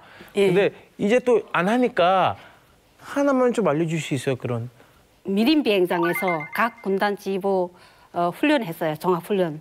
그 훈련 날짜는 절대로 공개를 못 하는 거예요. 그래가 비상해서 쫙 가면 각 군단 지부가 기재가 총출동해요. 이 비밀을 누구한테 알려줘야 되겠거든요. 제가 그건 다름 아니고 우리 격리부장인 거예요. 우리 격리부장한테 해야 그 사람이 이미 준비하지 않아요. 군단장 동지 우리 훈련 가는 거 격리부장 동지 없으면 우리가 다 못하지 않아요. 그러니까 부장 동지 이제 아파서 못 가겠다는데 아파서 못 가면 우리가 다 굶었는데 군단장 동지 어떻게 하겠습니까? 그러니까 부장 안 가면 안 돼. 우리가 굶어주고. 그래서 부장이 스스로 얘기할 수 있게. 예, 군단장 동지가 직접 부장을 불러서 이야기할 수 있게끔 제가 머리 조서를 천재야, 냈거든요. 천재. 말이 없으시다고 그러더니 말이 많으신 분이에요. 그렇죠. 귀가 자르는 게 빼고는 괜찮네요. 군단장한테까지 그런 말을 하겠다고 용기를 내주신 건? 거기에서 일하느라면 뭐 많은 이야기를 듣게 돼요. 근데 우리 영감들 자체는 그래요. 야, 이 세상에서 제일 무서운 거 뭔지 알아? 그래. 뭐예요? 하면 리발사야. 왜 리발사야? 히틀러도 리발사 때 꼼짝 못했거든. 그래. 왜요? 그러니까 면도칼 탁 죽였다가 막 같지 않으면 동맥 잘라 타면 꺽하거든. 그러니까 리발사한테 잘 보이거든. 군단장 머리도 이렇게 하라 하면 이렇게 해야 되고 저렇게 하라 하면 저렇게 해야 되고. 그러니까 군단장도 꼼짝 못하잖아. 그러니까 니 제일 세라 이러거든요. 숙이시오, 드시오. 옆으로. 예, 숙이시오. 맞아요. 왜냐면 기분 나쁘면 귀라도 한번 자를 거 아니에요. 혹시 그 조금호 이발사를 좋아하는 그 남자 간부분은 그런 건 없었습니까? 좋은 질문이야. 그러지? 아니면 거꾸로 금옥 씨가 간부를 좋아하셨다든지. 많은 것 같은데?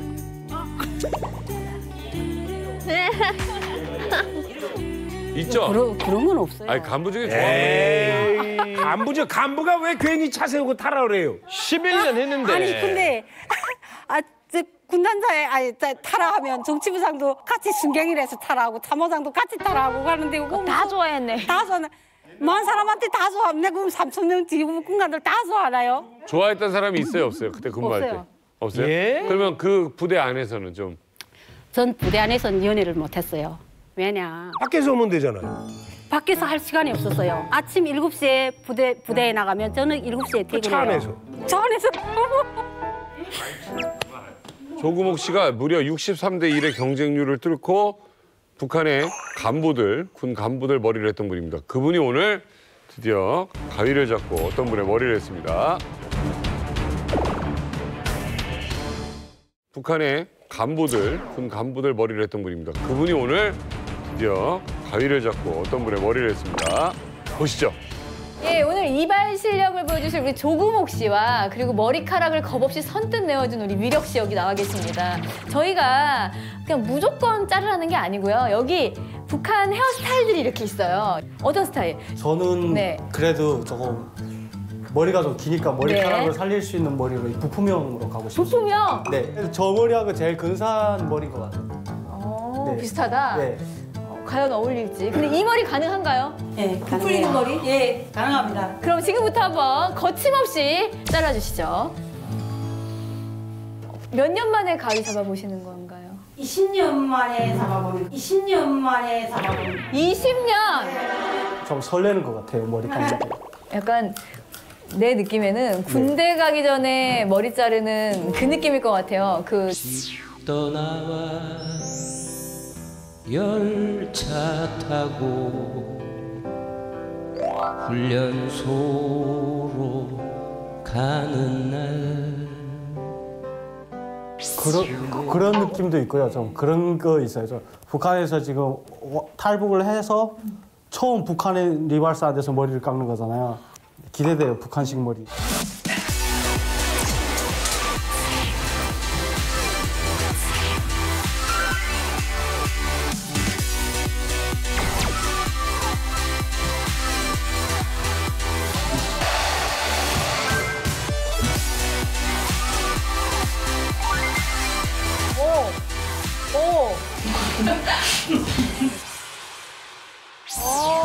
나 정말 너무 예뻐. 진짜로 처음으로 얘기할게. 나는 위력이가 너무 답답했던 게 머리였어요. 오늘 너무 깔끔하고 미남해요. 네. 아, 감사합니다. 너무 좋아요. 저런 잘생긴 사람이었어. 아라 씨 어때요? 네, 너무 멋있어요.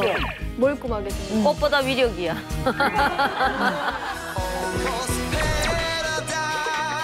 그 약간 이마가 개운해진 거 있잖아요, 좀. 맞아요. 예, 되게 시원하고 바람이 숭숭 들어오고 그래요. 북한에서 그 거의 온지 7년 돼서 그 북한 분이 또 직접 머리를 깎아주는데 엄청 설렜는데 머리를 깎고 나니까 이게 적응이 안 되는 거예요. 1시간 동안 그랬거든요. 네, 거울을 계속 이렇게 보면서 내 맞는가 막 이러고. 지금 보세요. 근데 지금은 좀 마음에 들 것 같습니다. 완전 달라있어요. 키가 좀 커 보이고 훤칠해 보이고. 아니 조 선생님. 예. 모처럼 귀 한번 싹 한번 밀어주시겠어요? 그런데 아까 그 머리 깎을 때도 그 얘기를 했어요. 그 귀를 한번 깎았다고. 근데 이 귀 옆을 하는데요. 이게 땀이 막 나는 거예요.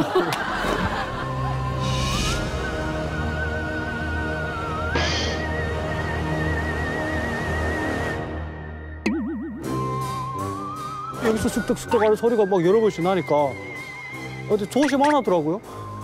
귀를 조심 안 하더라고요. 조심했으니까 안 잘린 거예요. 근데 막 귀 옆에서 막 소리가 쑥덕쑥덕 나는데 어떻게 무시하지 혼났습니다. 너무 이쁘다. 아니 정말 잘하시네요.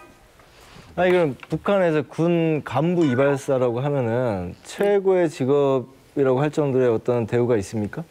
그런 건 없어요. 그런데 인간적으로 좀 가까워지는 것만은 사실이잖아요. 왜냐, 사람이 몸을 가까이 된다는 것 그 자체가 따뜻한 감이 있잖아요. 스킨십. 예, 그러니까 어쨌든 제가 말하면 뭐 모든 걸 다 이렇게 이해해주고 저한테 무슨 고충이 얼굴이 밝지 못하잖아요. 야, 너 집에서 무슨 일 있어? 그래, 아버지 돌아가셨는데 아마도 그런데 내가 오늘 비우지 못해서 이렇게 왔습니다. 이렇게 하면 간부들 자체가 다 저한테 일체 장례부터 시작해서 다 해주거든요. 세상에. 예. 그리고 제가 솔직히 말 동생들 뭐 형제들도 있다니까 동생이 직업 문제 때문에 속상해요. 그렇게 말하면 그놈 어디를 원해? 이렇게 하거든요. 그러면 우리 동생이 간호사를 원해요. 그런데 오빠들이 너희 오빠들도 힘 있는데 괜찮아 그래. 글쎄 오빠들이 다 어련히 알아서 해주겠지만 해도 그래도 나는 언니잖아요. 그러니까 마음이 아픈 거예요. 이렇게 말하면 우리 영감들이 전화해요. 예? 영감들이 전화해서 야, 그 간호원 학교에 그 자리 하나 있으면 그거 좀 봐두라 이렇게 하거든요. 그냥 그런 정도에서는 다 배려해줘요.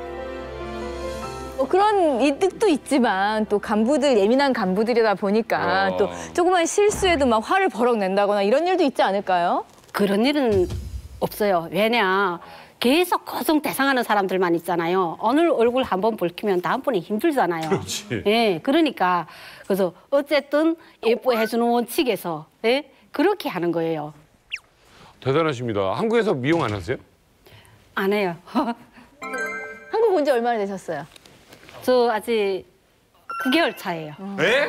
9개월 차예요. 근데 사투리를 안 쓰세요. 예? 사투리를. 제 딸이 먼저 왔거든요. 네. 그러니까 아마 딸한테서 많이 배우는 것 같아요. 적응이 잘 돼요. 한국에서 미용실 가보셨죠? 예, 가봤어요. 마음에 드세요? 한국의 미용실 딱 보고 어땠어요? 우선 손노동 하는 게 없어서 좋아요. 모든 거 기계로 하니까. 그러니까 조건이 너무나도 좋은 거예요. 우리는 다 이렇게 손으로 하거든요. 제가 오늘 저 이력 씨 머리 깎는 것도 순손으로 15분을 깎았거든요. 그러니까 모든 거 수동적으로 하거든요. 근데 여기에는 보니까 미리수로 다 재고 뭐 다 이런 게 있더라고요. 바리깡 가지고 다 이렇게 하더라고요. 예. 주제가 주제인 만큼 다양한 직업을 가졌던 분들을 모시고 얘기를 하고 있는데요. 이분이 최고인 것 같습니다. 네? 또 최고가 있어요. 또요? 네. 이력을 좀 읊어드릴게요. 외울 수가 없어요. 너무 많아서. 북한 군대에서는 계산수, 그리고 건설기업소에선 건설과장, 대동강 맥주 공장을 직접 지으셨고요. 직업학교에선 부교장, 자재상사에선 사장까지 하고 심지어 금까지 직접 만들어서 우와. 파셨다고 합니다. 금을 북한 직업계를 평정한 림주용 씨, 어서 오세요. 아유, 반갑습니다. 아니, 근데 지금 궁금한 게 있습니다, 선생님. 이 선생님, 진짜 죄송하지만 이거 정말 다 해본 거 맞아요? 예, 다 했습니다. 와. 고등중학교를 졸업하고 이제 입대하여 사단에 배치되면 이제 축지수, 정찰수, 포병, 계산수로 이제 시험을 봐서 하는데 제가 계산수로 복무를 했고요. 계산? 네, 그래서 또 수학을 좀 제가 잘했습니다. 계산수를 했고요. 장성택에 다녔던 원산경제대학을 졸업하고 건설기업소 건설과장이 돼가지고 대동강 맥주공장도 지었고요. 그럼 어떤 걸 하신 거예요? 공사를 하신 거예요? 아니면 설계를 하신 거예요? 저기 설계부터 자재, 그다음에 시공, 건설 지휘부에 동원됐죠. 어떻게 해서 맥주 공장을 짓게 된 거예요? 경공업부에서 이제 김경희가 이제 인민봉사 천국에 가서 이제 90돌 선물을 뭘 하겠나. 그러니까 당 자금만 풀어주면 뭐든지 하겠습니다. 이렇게 된 것 같습니다. 그래서 제의서를 올렸나 봐요. 인민봉사 천국에서. 그러면 맥주 공장을 하자. 그때 당시 러시아를 방문 갔다 와가지고 하자. 그렇게 해서 돈 걱정은 하지 마. 이렇게 돼가지고 그 인민봉사 천국에서 이제 갑니다. 영국에 협상을 하다가 돈이 많이 부르는 거예요. 그래서 150만 파운드까지 뭐 부른다 뭐 이렇게 됐어요. 우리는 달러로 100만 달러만 가져가지 10억 원. 네, 안 가져간다. 이렇게 하고 온 겁니다. 네. 오니까 그럼 가져가지 마. 이렇게 하던 것들이 한참 있다가 또 전화가 와가지고 다시 들어갑니다. 그런데 조건은 있다. 여기 있는 모든 재고 있는 모든 그 자재와 그다음에 그 맥주, 재고량 맥주를 100만 달러에? 예, 그거 다 가져오는 겁니다. 생산된 맥주까지 다. 통으로 다. 통으로 다. 그 통이 50리터짜리 통인데요. 2만 개 정도가 되죠. 그걸 컨테이너로 실어온 겁니다. 용칭호 받고 그 사람이 대동강 맥주 공장 기사장이 된 겁니다. 이야. 근데 그 규모가 어느 정도 됩니까? 대동강 맥주? 부지가 10만 평이죠. 우와. 예. 10만 평. 10만 평. 제가 TV에서 봤던 김경희 씨를 실제로 보셨다니까 저는 굉장히 좀 떨립니다. 그 김경희 실제 보시고 어떠셨어요? 공사하다가 이제 자재를 다 수입해야 되잖아요. 네. 그러면 달러가 필요할 때는 꼭 김경희가 옵니다. 직접 와요? 직접 거기에? 와요. 네, 두 번 왔죠. 네, 2번 와가지고 시찰을 합니다. 우선 이틀 전에 사람들 다 차단시키죠. 네, 그리고 해관에다 다 당일날 해관에 다 넣습니다. 큰 공지에다 다 넣고 문 닫고 무장보초 서고 옥상 꼭대기에는 기관총 걸어놓죠. 그리고 공중에 헬기가 계속 저도 처음 봤어요. 헬기 돌고 그리고 이제 수행하는데 그때 이제 기사장 실무 일꾼들 또 당비서 그다음에 지배인 그다음에 그 옆에 공장 지도과 당종인의 일꾼들이 같이 우리가 돕니다. 다리가 엄청 약하고 보폭도 빠르지 않았죠. 500m 되는 거리도 걸어서 가지 못하고 자동차로 움직였어요. 그래서 우리들끼리 이제 간 다음에 왜 저렇게 다리가 가늘지 젓가락 같다 뭐 이렇게 말을 하면서 그러면 우리가 이런 말도 조심해야 되겠다 하고 이야기한 적도 있고 이야기할 때 보면 뭐 말소리도 매우 약했어요. 그리고 자금은 걱정하지 말고 당 자금으로 다 풀어주니까 맥주 공장을 질적으로 빨리 끝내라 하고 말하는 것도 들었습니다. 아까 저 말씀하실 때 김경희가 자금 걱정을 하지 마라. 예. 그럴 정도면 그 직원들 대우도 엄청 좋았겠어요? 밥은 우선 그걸 흰밥 먹고 고기도 좀 먹고 월급은 그냥 주긴 줬는데 그 3,500원인데 시장 가면 쌀 500g밖에 못 사죠. 맥주도 마음껏 드시는 게 있나요? 맥주 요 카드 줍니다. 그리고 그걸 가지고 이제 평양시 아무 그 옥류관, 뭐 청류관, 뭐 이렇게 이런 데 가면 그다음 또 맥주집이 200여 곳에 있지 않습니까? 그걸 보여주면 한 번 일에 5리터까지 먹을 수 있습니다. 네. 근데 그 공장 지었으면 맥주를 엄청 많이 마셨을 텐데 이제 한국 맥주랑 비교했을 때 어떤 거 더 맛이 있어요? 솔직히. 대동강 맥주가 더 좋았습니다. 그냥 그리워서 그러신 거 아니에요? 아니. 대동강 맥주는 이게 도수가 우선 10도 내지 12도가 어우, 세네. 뭐 맥주가 이렇게 세요? 맛있습니다. 대동강 맥주 맛있어요. 맛있는 게 당도가 높고. 그러니까 세다. 먹는 김이 좋아요.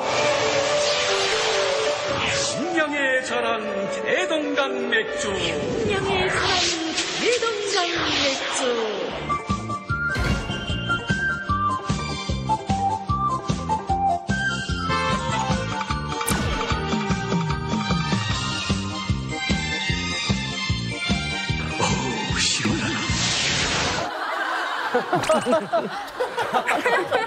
와, 대단하십니다. 또 직업 학교는 무슨 얘기예요?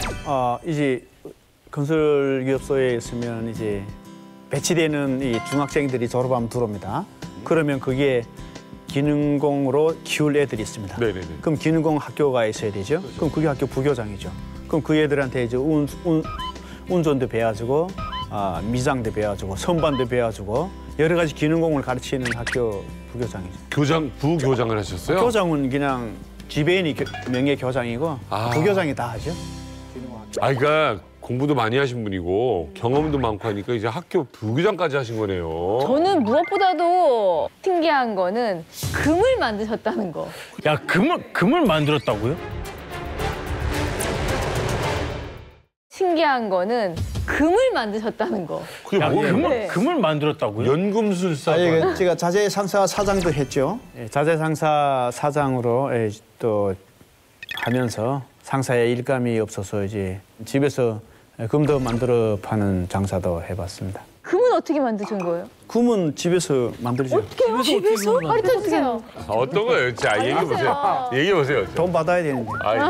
말씀해보세요. 뭔데? 네, 어떻게? 동정강이 있어야 됩니다. 네. 우선 원료가 동정강. 동정강이 뭐예요? 네? 동정강이 뭐예요? 동정이란 건 이제 강산에서 그 강석을 캐서 재련소에 들어가지 않습니까? 그럼 재련소 전기분해하면 이제 전기동이 나온단 말이에요. 그 전기동을 팔아먹는 사람 있죠. 그 전기동을 질산에다 넣습니다.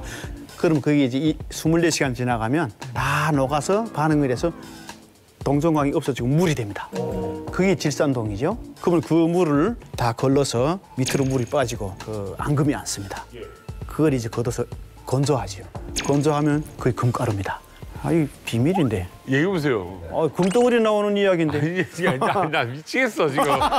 매력 있으셔. 그다음에 이제 도가니에 그 가루를 넣습니다. 도가니 들어갈 만하게 홈을 파고 넣죠. 그럼 그 안에 온도가 1500도까지 올라갑니다. 밤새 가루가 샘물이 돼가지고 새빨간 샘물이 돼요. 그때 이제 붕사를 착 뿌립니다. 그러면 찌꺼기가 쫙 없어지면서 노란 금이 됩니다. 그리고 그걸 꺼내가지고 식혀야죠. 근데 그 천천히 식히면 도가니에 다 들어붙습니다. 금이 못 뜯어요. 그다음에 찬물에다 팍 이렇게 꽂죠. 그게 진짜 금이에요? 아니면 가짜 금이에요? 진짜 금이죠. 야, 그 일도 하신 거예요? 예. 대단하십니다. 근데 그게 전기동 120kg을 150kg 정도 이렇게 질산에 녹이면 금이 한 10g, 8g, 많이 나와야 12g. 그래서 이제 그걸 팔아야 되잖아요.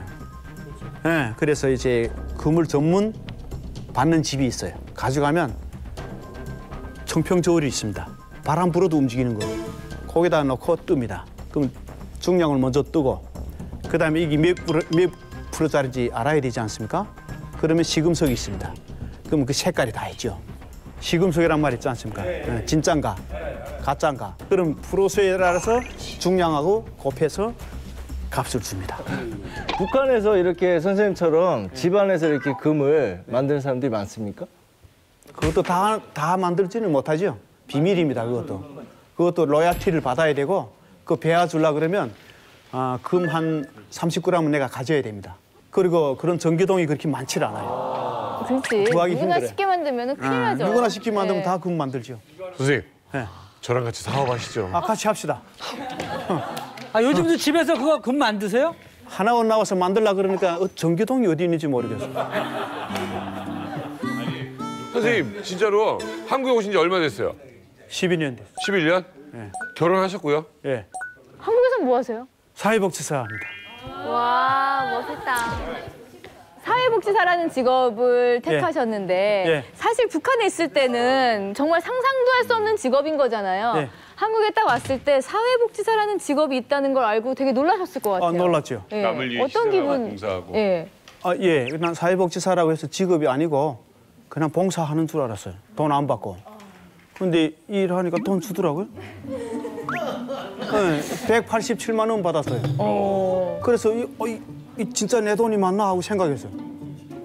이게 통장으로 주는 거예요. 돈 안 주고. 이 통장 우리 믿을 수 없죠. 통장 돈은 내 돈이 아니에요. 북한에서. 그래서 바로 은행에 가서 그냥 뺐죠. 근데 또 그 한 번에 다 안 나. 100만 원씩 나오는 거예요. 그 두 번에 걸쳐 다 뺐죠. 울었어요. 진짜 나오니까. 그래 또 이 대표이사한테 가서 고맙다고 인사했죠. 이거 180만 원 이거 줘서 고맙다고. 나는 그냥 봉사한 줄 알았다고. 진짜 봉사할 생각으로 참여하신 거예요? 몰랐어. 예, 김기성 기자님, 참 기자라는 직업인데 막상 진실을 얘기하지 못하는 기자였잖아요. 북한에서의 직업이라는 거. 당이 세워준 초소죠. 그거 뭐 직업 내가 선택해서 가는 것도 아니에요. 이제 북한 사람들은 이제 능력은 있지만 그 능력을 발휘할 수 있는 이제 그런 한계가 있으니까 예를 들면 이제 태생적으로 나의 아버지가 뭐 지주였다고 하게 되면 이 사람은 평생 농촌에서 쏘가야 되는 이제 그런 노예 구조가 있잖아요. 그러니까 대한민국은 이제 뭐 여러 가지 어려운 환경은 있지만 항상 희망은 있잖아요. 유력 씨는 지금 북한 직업 얘기 쭉 들으면서 어떤 생각 드셨어요? 북한에서 직업은 저한테는 그냥 악몽이에요, 다. 예. 근데 뭐 돈 안 주고 뭐 배급 안 준 거는 저 다 상관하는데 일단은 제일 안 준 게 뭐냐면 그 사람의 대우를 안 시켜줬어요. 기본 사람이 누려야 할 대우를 안 해주니까 돈 못 받고 월급을 배급을 못한 것보다 그게 제일 서운한 거고 대한민국에 와서는 내가 뭐 꿈을 이렇게 찾아가고 하는 거는 뭔가 사람의 이런 대우를 받을 수 있고 그게 또 꿈이 되고 하니까 좀 그런 차이가 있는 것 같습니다. 인권이 없다 그 얘기 결국. 네. 참 오늘 얘기 듣다 보니까 직업을 아무리 갖고 애를 써도 대가를 못 받는 이 북에 있는 분들 얘기를 듣다가 지금 대한민국의 고민은 뭘까 했더니 지금 사실은 가불관계에 관련된 얘기를 많이 하잖아요. 네, 좀 이렇게 우리가 좋은 직업을 사랑할 수 있도록 좀 주변에서 이렇게 좀 많이 챙겨줘야겠다는 생각을 오늘 많이 했습니다. 이제 만나러 갑니다. 다음 시간에 뵙겠습니다.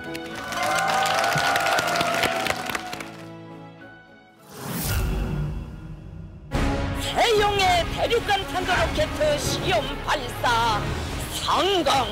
로켓을 쏴야 뭔가 스트레스가 풀리는 것 같아요. 계속 쏴야 자기 존재감이 있는 거예요. 북한을 테러 지원국으로 지정한 미국이 하루 만에 북한과 중국 기업을 추가로 제재했습니다. 그 말은 뭐냐면 해상 봉쇄를 함으로써 북한은 아예 가둬버리겠다. 북한 기업이나 식당 같은 발을 붙일 상황이 아닌 겁니다. 청정지역이 무너지게 되면 정말 북한은 붕괴될 수밖에 없어요. 북한에게 가장 혹독한 한 해, 왕따가 되는 그런 한 해가 되지 않나. 북한 정권은 꼭 망할 것이다. 내년에. 여성 골반 근육 강화기 베리안에서 백화점 상품권을 드립니다.